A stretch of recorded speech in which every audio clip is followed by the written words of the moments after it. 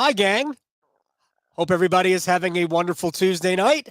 Welcome to the international break again. It's our third? It's our Third already. third international break. It's a special Adam Gold show after dark. My friend Jay Kumar and I, we are going to talk about the first roughly 30% of the We're Premier there, League. yeah. And yeah, we're basically 12 matches in of 38, right? Yep. Is that the math? I think you're right. Yeah, 12 of 38. Real quick before we start, see Wrexham is up to second in the in League Two.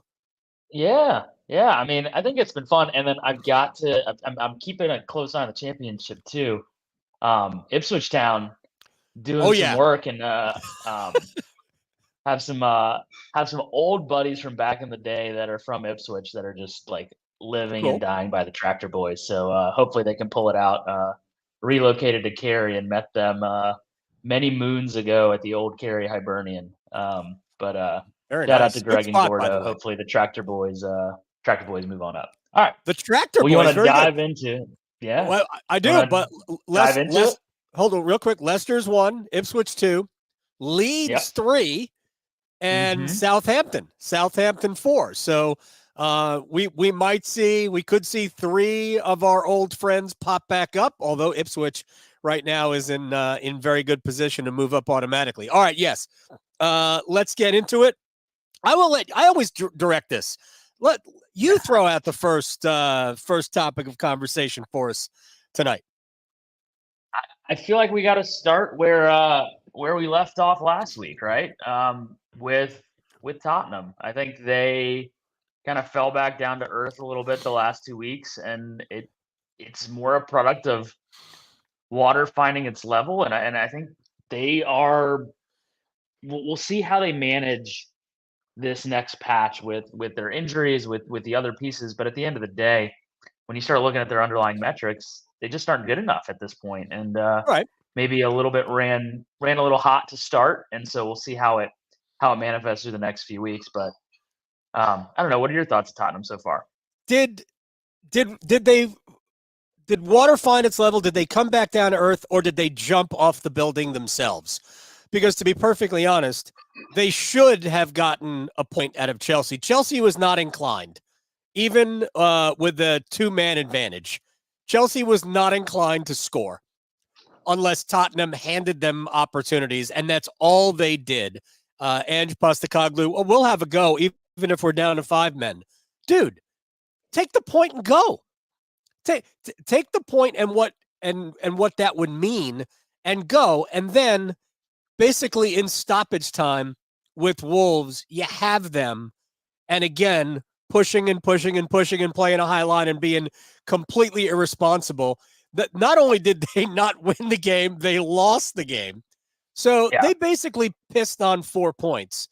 I agree. In the grand scheme of things, Tottenham isn't as good as where they were, but that's 4 points that they should have in their pocket, and they just gave them away. So part of that is them, and part of that is just, I guess, being reckless or not caring. Well, I mean, I think that's one way of putting it. Except I think if you watch that Wolves game, Wolves were the better team. Tottenham created next to nothing for all of their Right. pressure, for all of their different components. They had more ball, but their XG was 0.6. Yeah. Wolves had 2.3. I Uh-huh. mean, Wolves deserved to win that game by every merit. Tottenham scored on their first attack and then did nothing. So if you're going to have a go, you got to have a shot. And they just were not doing anything with the ball. Right. But Tottenham once you get to that point in the game, don't yeah, you you owe gotta it you to the gotta game? to a degree, yeah. But credit Wolves, they kept pushing, and credit to Gary O'Neill.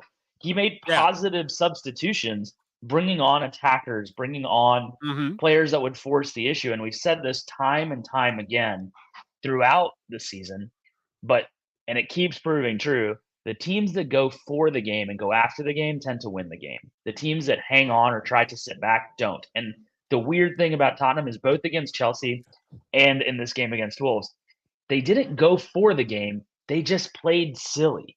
And they just Right. didn't create anything with their possession. Now, they had a chance to draw it at 2-2 down two men against Chelsea, and that's more on Chelsea than anything else. But it's not as though that Yes. high line they played was creating threat. It was No. just there to create space for Chelsea, frankly. And when you look at their metrics, they're middle of the road in XG Yeah. for and against, and they've played the easiest schedule in the league. They have Yep.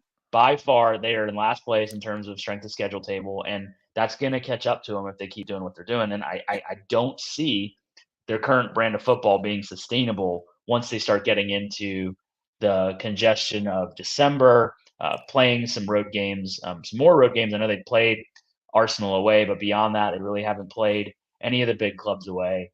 No. And they still haven't played City twice. So I think their schedule is going to catch up to them as well. Oh, So there's it'll no be question it interesting to will. see how the 3-time defending manager of the month does with this adversity. Look, I agree. You and I agree on Tottenham, right? Yeah. They're not in the class of the top 3. I don't even think they're in the class of Newcastle or to an extent Villa. And I mean, who knows what is going to become of Chelsea? I tend to think that Chelsea's got a lot of talent, but they're kind of confused as to who they are at this point, which when you have, so many first team players who are vying to play, and think about how many injuries they've been dealing with, that's going to become even more complicated for Pochettino. I'm not even sure they're as good as them. Yeah. But they're, especially when you consider Maddison's injury and Van de Ven, which on the low might be the most important injury that they've got, as good as he has been in central defense. But there's a lot good. They don't have a deep squad, but they don't have as many matches. Like where everybody else is playing 9 or even 10 matches between the day after Thanksgiving and the New Year. I mean, Tottenham's got 7. They just don't have the same congestion that everybody else has because they're not involved in European competition. They already got bounced out of EFL. So what are they doing? I mean, they're just playing. Playing league matches. Yeah, no, I agree, and yet even within that 7, it'll be really interesting. There's 2 weeks in there where they played 3 times, and so it'll be interesting to see how that thin squad copes with that. Because even though they don't play as many matches and minutes and legs over the course of the long haul, those compressed windows when you're not used to it could become a real significant factor for them as they get closer to it. It'll be one to watch for sure. But we'll see how they do. I think this weekend was hopefully a wake up call for them, but who knows? I think that we're gonna have a go, mate. Probably, yep, they're gonna have a go, and so we'll see what happens. By the way, have a go and lose. Right, they're no Maddison until after the first, no Van de Ven until probably well after that. Yeah. And no Christian Romero for the next 3, right? He's got a 3-match ban. 2 more. So Wolves counted as 1, right? So that's right. He already missed the 1. So 2 more. It's going to be tough. And they do have City as the second match. That could get very ugly. It's Villa and City. Those are not easy matches that he's going to be missing, and so it'll be right. It'll be challenging for them first and foremost to create against City. City will suffocate them on the defensive end, and so we'll see how they decide to play that game. Because if they play a high line, they're going to get it. They're going to. That's what they do. Destroyed. I mean, I think that's exactly for show. What they're going to do. I think it's more of a. I think that they did not play as high a line against Wolves as they did Chelsea. They were a little bit more cautious in their approach. Well, they had more players on the field against Wolves. Yeah, I guess that's what it is. But at the end of the day, extra players. I think part of it, and maybe this is a good transition. I think part of it, both Tottenham and City, they didn't respect Chelsea. They said, "Yeah, we can go after them. They're there to be had." And so, even with 9 men, while he was wrong, the hubris or the action there in both games, Chelsea scored 4 goals, and the only difference is City scored 4 goals and Tottenham could only manage 1. But both of those managers looked at Chelsea, looked at how they're setting up, and said, "Yeah, we can go score on them, and we're just gonna do that. And even with 9 men, we can go score on them." So that 4-4 draw was probably the game of the season so far from a neutral perspective. But I'm not really sure what to make of it. Was it a great game, or was it a gong show that was just fun to watch? Because I think that it was more the latter than the former. I thought City played like they didn't really care. Like we're just Yeah. like that we're gonna have a go to. Maybe they were just playing to entertain everybody. But it did look like they were going to win that, and they just couldn't get their act together in their own end. And all of a sudden, Cole Palmer's on the spot. And I mean, the cojones of that kid, knowing that it was a little contentious, I guess, when he left, based on what Pep had to say before the match. He goes, we were going to give him a chance. This guy was gone, and like he was going to have a chance to play, and nope, he wanted to go. Yeah. And then to kind of rub it in their face. By the way, Cole Palmer, who I like, all four of his goals from the penalty spot. Anytime you want to mix one in and the run of play would be fine. Yeah, we'll see. I mean, him and Kai Havertz, right? Can you please score from open play? But yeah, I think I agree with you. I think that was a little bit more. You think Kai Havertz will score a goal in open play this year in the Premier League?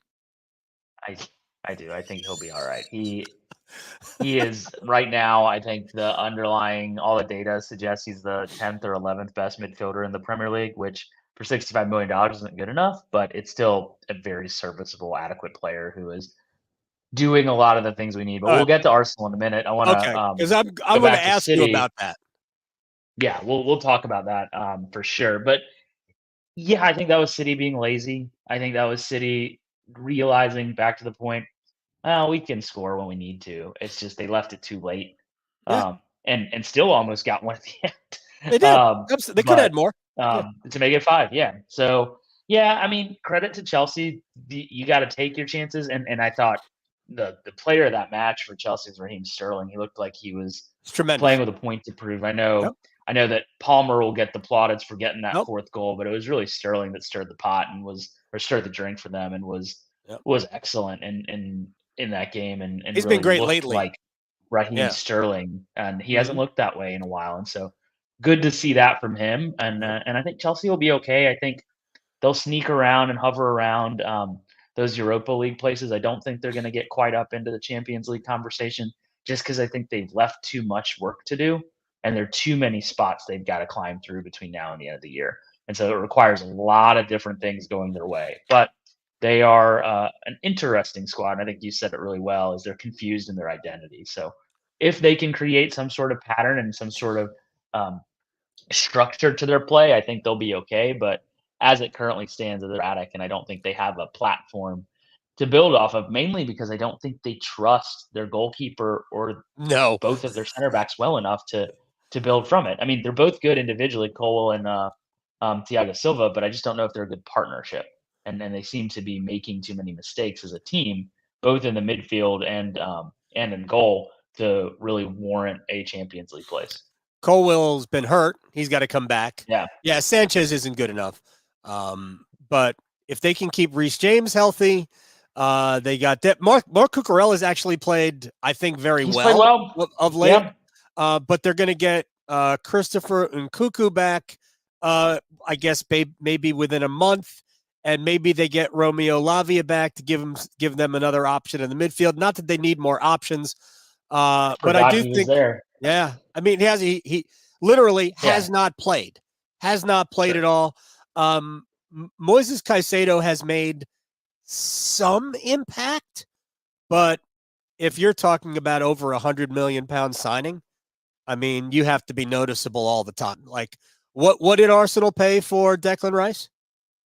$100 million. He's 3 times the. He's player. been worth it. I mean, he's been excellent. I mean, he's arguably one of the players of the season, probably in the team of the season at this point in the midfield. But there's no question he's in the top 11. He's been excellent, and I think part of it, and maybe we can transition to Arsenal now. Is part of it is just he has given them that defensive solidity and platform that they were a little bit too loose with last year. Thomas Partey gives them a creative spark in that role and helps progress the ball. Declan Rice suffocates the pitch. He is a plastic bag that just covers the whole thing, and it's impressive to watch. And now he's starting to take shots, Yep. He's starting to move up into the final third a little bit more. But if you look at the data, Arsenal are the best defense in the league, and it's not particularly close. Hmm. City are second. While Liverpool and Arsenal have the same goals against, I think a lot of that has been due to some poor finishing against Liverpool. Arsenal just don't give up chances. You don't create on them. Even the Newcastle game, they lost that game, but Newcastle didn't really create anything in that game, and the goal they got was a hustle play, which is warranted, but I wouldn't really call that attacking verve or threat. And even in the game uh, against Burnley this weekend, Burnley had one shot, they scored, and that seems to Hmm. be a trend as teams are finishing on target and basically every chance they get against Arsenal right now. But defensively, they look like they have a platform to be champions. And I think where that defensive solidity is going to help more is when they get into the Europe. I think that type of platform, that ability to win close and completely shut your opponent out from creating chances, lends itself to a higher floor, Hmm. not necessarily a higher ceiling. Your attacking threat creates your ceiling, your defensive acumen creates your floor. And I think in European competition, especially in those Champions League games when it's late knockout stages, you want to lock down your back end before you go up and score because all you need is one. Does Arsenal need another player in central defense? No, no, not in central defense. I think we're okay there because I mean, I think when fully fit, Ben White can play there. Tomiyasu is a center back. Jacob Kivior has done really well there. Gabriel and Saliba obviously hold down that partnership. So I think there are enough players, and in a pinch, frankly, Declan Rice has played center back, and he could do a sweeper center back type of role that John Stones plays. So no, I don't think center back is where they need to address their issues. I think the place they need to address their issues, the player, if they could bring in anyone, it's an alternative winger to Martinelli and Saka.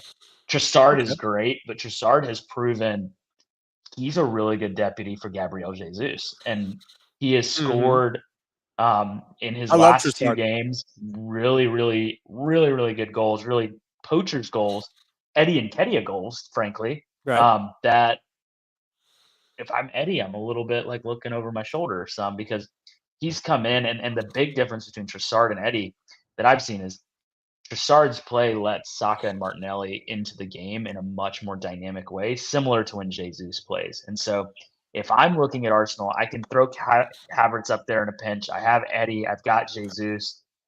I've got Trossard. As much as a high end, different profile center forward is my number one need, I probably can wait till the summer to go get my first choice and not overpay in January for Ivan Toney. And I would put my resource and Yeah. energy into getting a winger that can come in and let Saka take a game off or spell in for Well, Martinelli. Because if something Saka's happens not to taking a game off.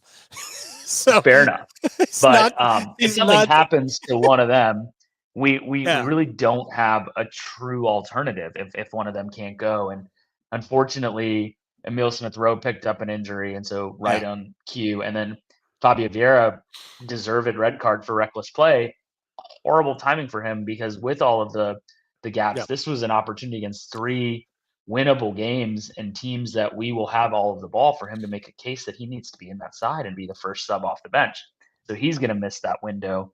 And then Reece Nelson is a good player, but he's just not at the level needed, and he makes the Yeah. squad numbers good, and it's worth keeping him for that purpose. And we have resale value on him. So all in all, we have different options, but none of them that can really come in and step up into the winger roles when the time comes. Yeah. Those are guys. Some of those guys are guys who play in like deadwood matches. Like Yeah, if the match against PSV doesn't matter, that's where you play all of they'll those get guys. minutes. Or Yep. right. Yeah. Exactly. That's where Yeah. you got to bury those, or maybe an early round FA Cup match against somebody Sure. that you probably should beat. Somebody from League One or somebody who you Yeah. get in the third round. I don't know. I really love what they have up top. They're different when they didn't have Martinelli. They're different when they didn't Mhm. have Saka. They're different, and they really do, especially with Jesus having all the injury issues that he's got. Um, if those two guys aren't out there, I just don't know how many players they can bring on.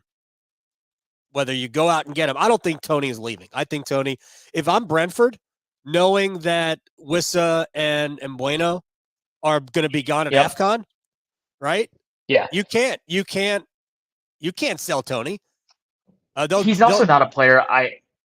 I don't think he's worth that outlay. I don't think he's worth an $80 million outlay of cash. I think he's a it's really going to happen good in the player. summer. I think he's, yeah. You can't do it now. I just don't think that's where. Yeah. Well, who knows? I mean, we'll see what Brentford do, but I just don't think that's a good move for Arsenal. Independent of Brentford, I just don't think that's the striker we need. I think there are other options out there if you're going to spend upwards of 80, 90 million that no, I wouldn't do that for Tony anyway. A little bit more. Give us a little bit more. And if we're committed to spending that kind of money, let's go get the guy we actually want instead of a stopgap in January. All right. I want to spend 1 minute on your favorite player, Kai Havertz. I know what the XG and all, or whatever the underlying metrics say. Sure. And I am more skeptical of those types of things than you are. Yeah. Top 11 midfielder in the Premier League. I mean, virtually every team in the top half have at least one midfielder who's better than Kai Havertz. So I know what the metrics say, but I think if you're looking at what he is doing, we'll make it quick. I think the bigger issue with him is his price tag, not his play. And $65 million. I think it's his play. I don't care what the price tag is. Like Declan, I don't care what Declan Rice's price tag is. Declan Rice is a bargain at £100 million. Yeah, sure. I also think they're playing two very different roles. And so comparing Declan Rice and Kai Havertz, the big issue is you don't pay $65 million to keep the ball moving and shuttling in the midfield. And that's what he has done really well. The other part of his game that nobody is talking about that we did not anticipate is he is our press instigator when Odegaard's not on the pitch. He is kind of that defensive platform. And on return, he has been so good coming back, winning balls, aerials, creating second layoffs. He has done all of these other things that you normally associate with like a hardworking, scrappy player, a Granit Xhaka type of player, but you didn't buy Kai Havertz to be Granit Xhaka. So let me ask Kai Havertz to be more of another, so you'd have him and Odegaard creating more pressure into the final third. And he just hasn't quite done that yet. And I think that is a problem, and that's something we're going to need to address. But on merit, if you look at his play and you look at what he is doing to create a structure for the team, I think he's done his job and then some in that regard. In I don't know, about a month, he'll probably score the deciding goal to beat Liverpool. But I'll ask you this question. You give me a yes or no answer. When you're fully healthy, is he a starter? Is he a first choice player when Arsenal is fully healthy? Come on, maybe.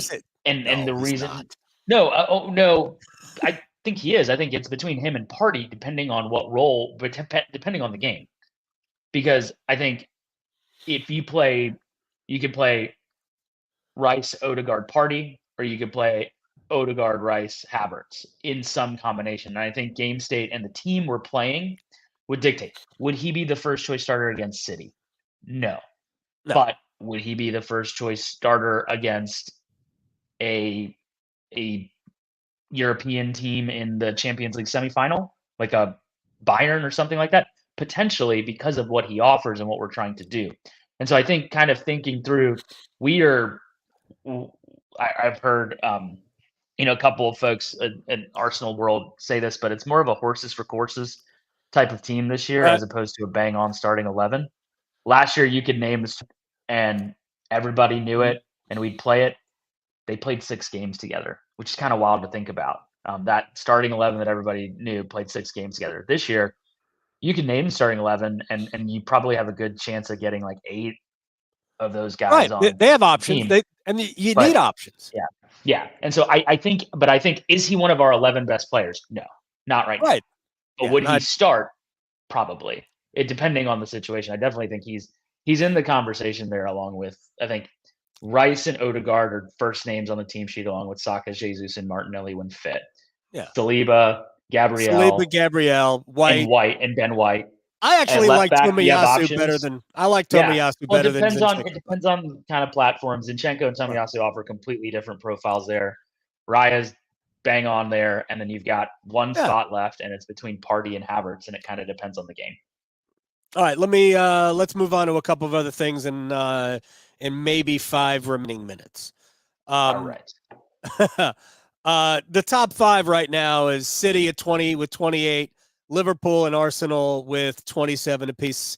Then it's Tottenham with 26 and falling, and then Villa, and there's a gap of 4, I believe, to Newcastle. Would you rather be Tottenham or Newcastle or United?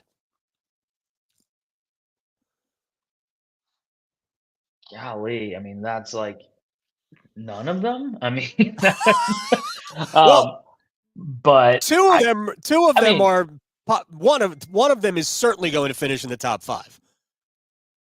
So Unless if Chelsea I told will. you one of those 3 teams you just mentioned has the most points and is in the best form of any team in the Premier League over the last 5 games, It's United. that would be Manchester United. 4 wins and 1 loss. Yeah. It's crazy. And so, and they're playing the worst of those 3.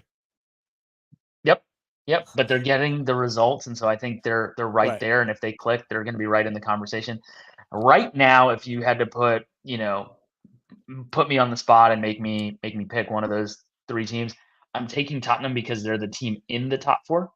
And I am always of the mindset I'd rather have points in the bank than games in hand or anything like that. But on form and on underlying, you probably want to be Newcastle. Yeah. That said, I'm perfectly comfortable taking Tottenham right now as the team I would want to be, because when you have the points, similar to it's the alternative Chelsea. Chelsea don't have the points, and so if they're playing really well, all of a sudden there's still 6, 7, 8 teams between them and where they want to be, which requires a lot of folks to slip up and do different things in order for you they're to move up, 10th. which could happen. Chelsea's 10th. They're not that far out. It all depends. What did they do with the last 2 matches that they just played? Yeah. What do they do with the win over Tottenham and the draw with City? Do they use that to kick on, or do they just go back to doing what they've been doing, which you have no idea week to week? And it gets back to what we were talking about before, and that I just think they're a confused group because they don't know. I think for the most part, I think Pochettino kind of knows who he wants to play, which I think is encouraging as opposed to what we've seen, the last year. I think he knows, and I think when Nkunku comes back, I think he's ultimately going to work his way into the starting 11. Lavia won't, because I just don't know where there's room for him. If Caicedo and Enzo are both going to play, and actually I think Conor Gallagher has been good. I don't know where he plays. But I think he's been good. I think, they've got so many options, too many options, to be perfectly honest. All right, let's spend our last couple of minutes. How do you handicap the top 3 race right now? And by the way, we are going to start the first match out of the chute on the 25th is Liverpool and City at the Etihad. I hate the fact that it's the first. Forget about it. I don't care about 12:30. Sure. Time. Local time. I don't care.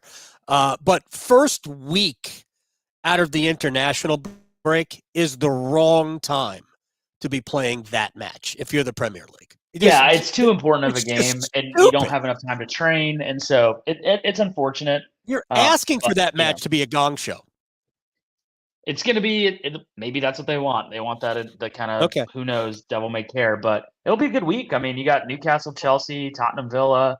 Tottenham Villa is huge. City, Liverpool, so it'll be fun. A fun week of football. So we're already thinking ahead. But how do I handicap the title race? I think City are the favorites right now, and I think Liverpool and Arsenal are neck and neck, 2B, 2A, 2B.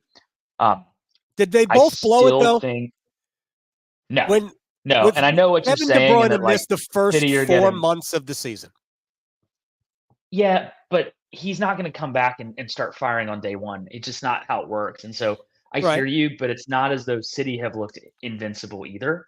They're No. going to get better. They're going to do their thing where they get into January or February and they start rattling off wins, and they're going to be, you're going to have to keep going. And as I've said about City many times, is the psychological pressure they put on you to be perfect is one of their greatest assets, even if their form is not 100% there. True. And so that will be the ultimate test for Liverpool and Arsenal.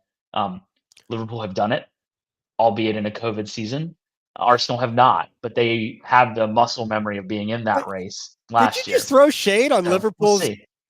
Did you just throw shade on Liverpool's title? Yeah, a little bit. Do you go look at what the gap was at the time they shut down?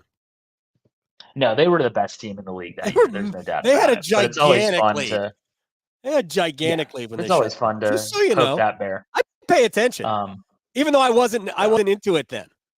But I am. Yeah, no, they were a I've really read up good on team the that history. year. So, But I'll not I stand do by and allow like that poking shade. poking that bear. Also, shout out to our friend Brett Thompson, who got to go to his first match at Anfield this past weekend. And so I know he was thrilled and had some videos of singing "Never Walk Alone," and I know his dad would be super excited for him. So we love you, Brett, and is excited to see that for you.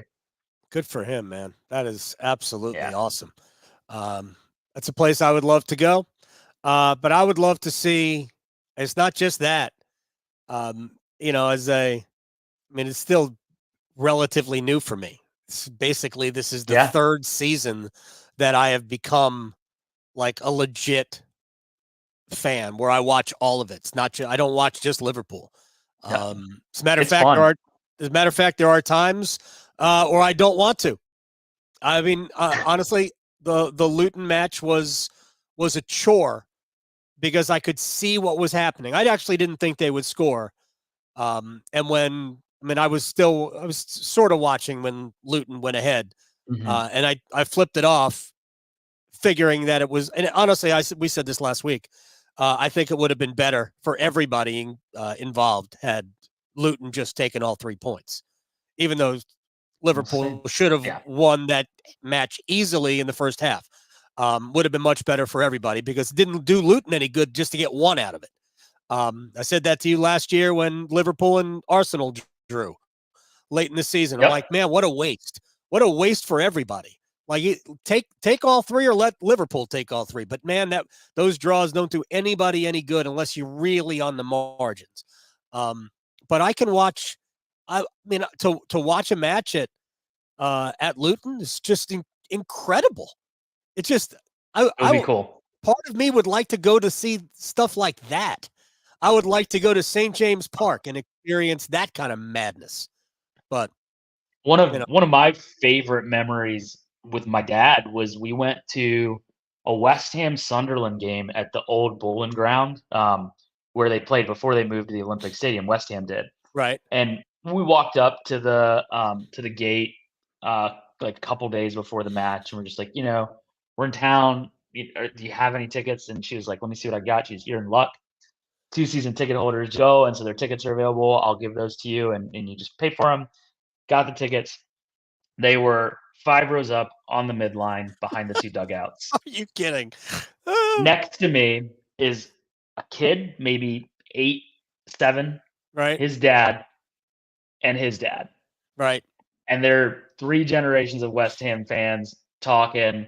We end up talking the whole match, like different things about, That's tremendous. They were surprised I knew about the game, and it was just a blast. I mean, just had an amazing time. And it's those experiences. You just go around the grounds, and it is definitely, if anybody listening, anybody wants to go check it out, I highly recommend you add going to a Premier League game, whichever one it is on your bucket list.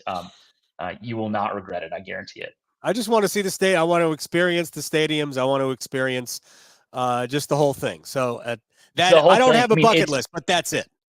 Yeah, it's no different than somebody from England coming over to tailgate and seeing college football Saturdays in the South. I think very similar in terms of it's an entire culture from getting your pints in before the game at your local pub to walking to the stadium to just everything around it. And just you're walking in a neighborhood and all of a sudden there's this massive arena in the middle of a neighborhood. So pretty cool. All right. Before we shut it down, give me your top 3 in order by, well, I guess it would be the first because before the next international break, because the last matches are on, I believe, January 1 before the international break. Give me your top 3 in order. Arsenal, Liverpool, City. Wow. And that is mainly because. No, I agree with you about Arsenal. I think City will be. I think City will be too. I think Liverpool might have the most difficult run.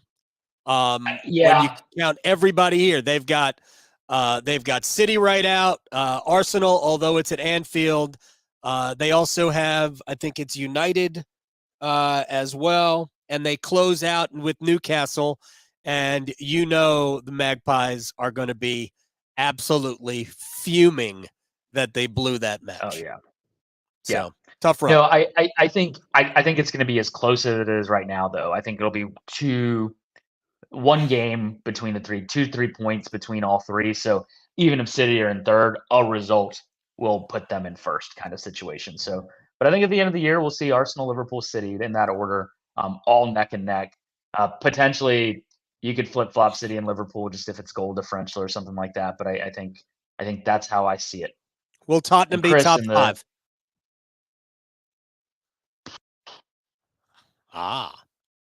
The answer is no. They will not. Top 5. Not. See, they if will you not. said top 4, I would have said absolutely not. They will not be top 5. It's coming. It's too much player attrition. No Madison, no Van de Ven for the next month. Ain't gonna happen. Yeah, but who's 6 points between 5 points between them and United, 6 points between them and Newcastle. You see them dropping 6 more points between. I see them. It can go quickly when you don't win.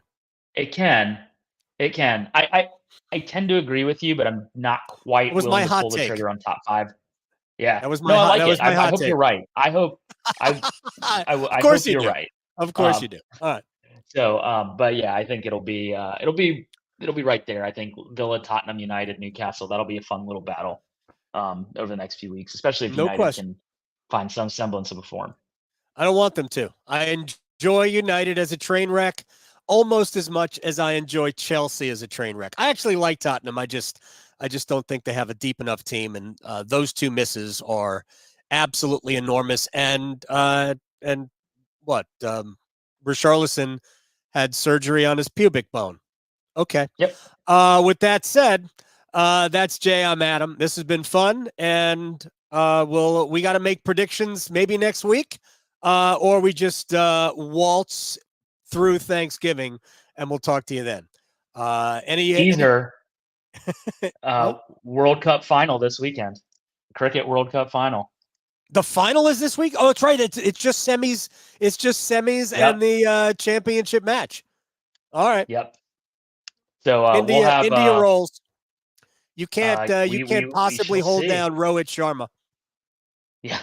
So we'll have they've got 2 semifinals tomorrow and the final on Sunday, and we'll get up with Sankar soon and have him break down the whole tournament for us. I'll tell him to keep his wild conspiracy theories on cricket officiating to himself when he joins us, though. Do they have VAR in cricket? I think they have like the tennis type of.